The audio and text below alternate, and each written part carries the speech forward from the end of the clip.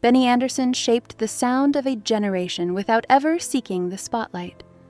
While others dazzled in sequins and lights, he built the soul behind the music, crafting melodies that would endure decades.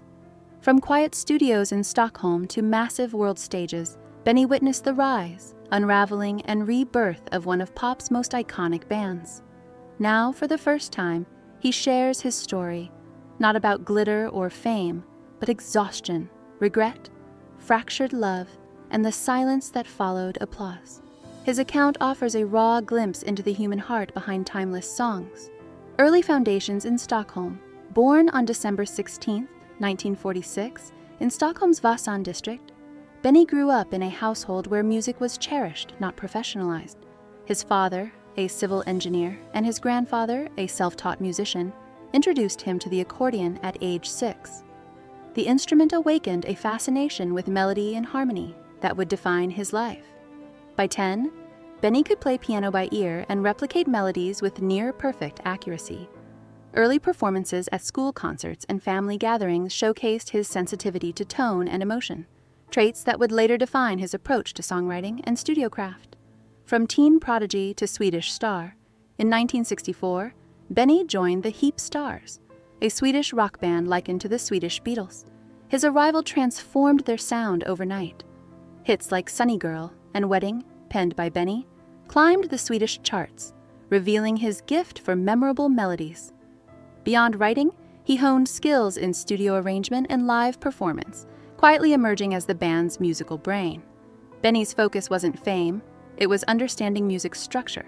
By combining intuition with technical mastery, he developed a keen awareness of the industry while remaining unassuming, preparing him for the collaborative challenges that would soon define his career. A meeting that changed everything. In 1966, Benny met Björn Ulvaeus at a mutual friends party. Ulvaeus, a member of the Hoot Nanny Singers, shared Benny's passion for harmony and detail.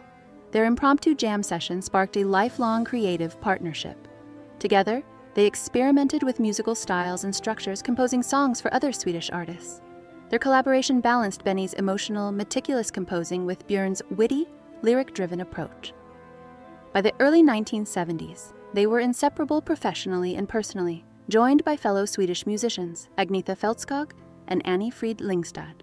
The synergy of the four set the stage for a musical revolution, blending precision with emotion in ways no one had heard before. The birth of a pop phenomenon. Initially known as Björn and Benny, Agnetha and Annie Frid, the group had a clumsy name but electrifying chemistry. Their first attempt at Eurovision in 1973 failed, but in 1974, Waterloo won the contest, launching them to international fame.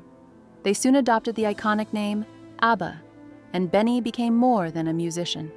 He became a sonic architect. He meticulously layered instruments, arranged vocal harmonies, and experimented with synthesizers long before trends dictated. While Agnetha and Frida captivated audiences and Björn crafted lyrics, Benny sculpted the emotional subtext, blending brightness with depth and infusing pop songs with a uniquely Swedish melancholia.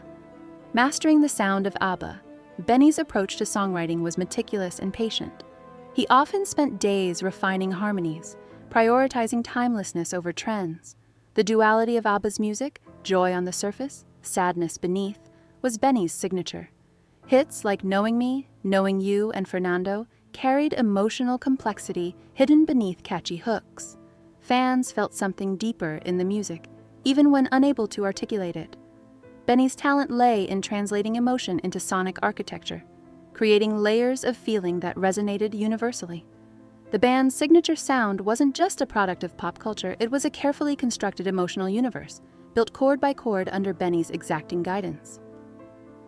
Behind the glitter, fractures emerge. By the late 1970s, ABBA's public success masked private strains. In 1979, Björn and Agnetha divorced, casting tension over the band. During the recording of Super Trooper, appearances were polite but distant. The group functioned like a machine under stress. Decades later, Benny explained that the breakup wasn't dramatic or scandalous, it was emotional exhaustion. Years of performing, recording, and maintaining a joyous image while lives crumbled had taken their toll. The unraveling was subtle yet inevitable. Fatigue replaced inspiration, and the music reflected it. Benny's honesty revealed that ABBA's perfection wasn't effortless. It was survival, carefully composed into harmonies that hid the human fragility beneath. The quiet toll of fame. In interviews with The Guardian and Billboard, Benny described the final ABBA years as a slow erosion of energy. 1981 and 1982 were uninspired, routine, and mechanical.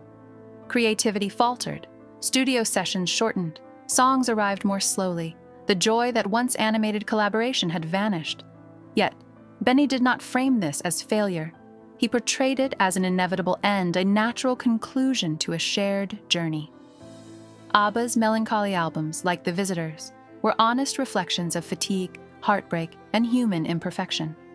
The sadness embedded in the music mirrored the band's emotional state, offering listeners a rare glimpse into the human heart behind global pop perfection. Annie Fried's life beyond the spotlight. After ABBA's quiet dissolution, Annie Fried Lyngstad entered a life few expected. In 1992, she married Prince Heinrich Russo-Royce of Plauen, joining European royalty. Headlines celebrated her transformation from pop queen to princess. Yet the fairy tale glossed over personal struggles. Annie Fried faced rigid aristocratic expectations that clashed with her spontaneous artistic spirit. Tragedy struck in 1998 when her daughter, Anne-Lisa L., died in a car accident at 30. Grief reshaped her life. In this period, Benny reached out, offering quiet support. Their bond, forged in shared creative and emotional experience, became a source of comfort, a connection rooted not in nostalgia, but in understanding the fragility of human life and fame. ABBA's rebirth, innovation over nostalgia. In 2018, decades after their split, ABBA reunited to record 2 new songs. This marked the beginning of ABBA Voyage, a groundbreaking project blending studio mastery with digital innovation. By 2021, Benny and Björn had composed a full-length album, with Benny overseeing production in meticulous detail. Unlike traditional tours, the group used motion capture and avatars to recreate their 1979 selves in live performance. Opening in London in May 2022, the show sold over 1.3 million tickets across 140 countries. Benny's insistence on authenticity ensured that every note, silence, and harmony conveyed emotional truth, proving that ABBA's power lay as much in precision as in charisma. Crafting music as emotional expression.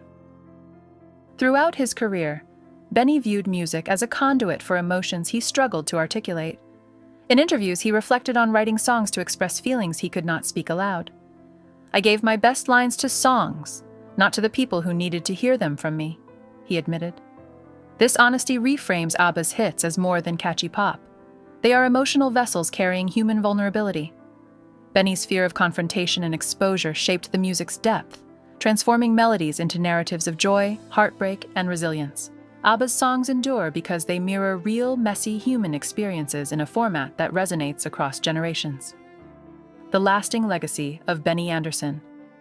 At 78, Benny no longer hides behind studio walls or harmonies. His reflections illuminate decades of restraint, exhaustion, and emotional courage. He emphasizes that ABBA's music was never about perfection. It was about survival, a medium through which 4 people navigated fame, love, and loss. By speaking openly, he offers closure to fans who sensed the melancholy in the music, but never understood its origins. Benny's story reminds us that timeless art often comes from human fragility, and that the invisible architect behind a global phenomenon can leave a legacy that touches hearts more deeply than any spotlight ever could. Conclusion. Music as endurance. Benny Andersson's journey reveals the complexity behind pop's brightest facade. ABBA's songs, celebrated for their joyous melodies, were built upon layers of emotional truth and human vulnerability.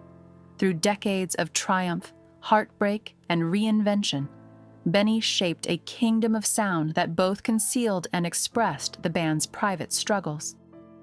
His honesty transforms our understanding of ABBA, not as untouchable icons, but as humans navigating fame, love, and loss. The music endures because it is real, layered, and deeply felt. Benny's legacy lies not in visibility, but in the enduring, emotional architecture of songs that speak directly to the heart.